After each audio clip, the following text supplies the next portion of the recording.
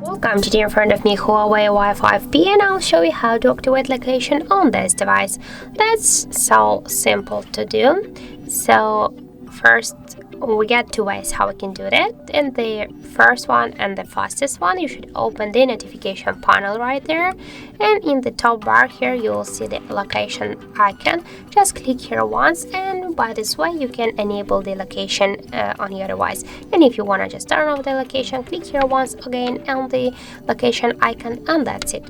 And also we got the second way how we can do that. You just should go into the settings application and then scroll here down to the location section. Now just tap here, and just to activate the location on your device you should click here once on the switcher, and that's it. And you can see here in our top bar the location is activated also.